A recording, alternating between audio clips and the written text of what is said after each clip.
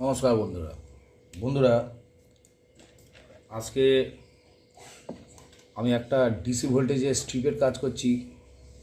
তো আপনাদেরকে বলে রাখি স্ট্রিপটা কত হতে পারে।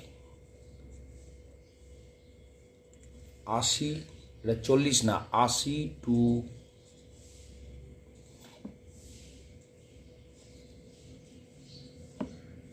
150 ভোল্ট, 80 টু 150 ভোল্ট ডিসি আপনার চাই। তো 80 থেকে 150 ভোল্টের মধ্যে ডিসি ভোল্টেজ যাতে এখান থেকে বেরোয়, এটা এসির লাইন আছে, ঠিক আছে। তো আমি মার্কার দিয়ে লিখে রাখলাম। কেন? আমি অনেক রকমের এমনি স্ট্রিপ তৈরি করে থাকি, ঠিক আছে। আমি জানি ইনপুট কত আউটপুট কত, তো আমি ইনপুট আউটপুট দুটোই আমি দিয়ে দিলাম যাতে সুবিধা হয়। ফার্স্ট থিং হচ্ছে নেগেটিভ পজিটিভ তার।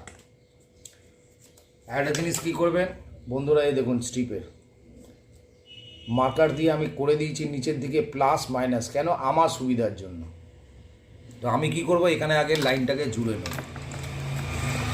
তো আমি এখানটায় একটা কি করব, এখানে একটা প্লাস তার এখানটায় জুড়বো, প্লাস করে রেখেছি। তো প্লাস এখানে জুড়ে দেবো। যেহেতু বন্ধুরা আমি দূর থেকে ভিডিওটা করছি, আমার ভিডিওটা স্ট্যান্ডে আছে,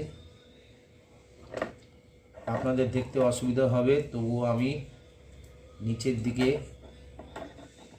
থেকে আমি উপরের দিকে আসব। তো আমি এবার মাইনাস পয়েন্টটা এখানে দিয়ে দেবো।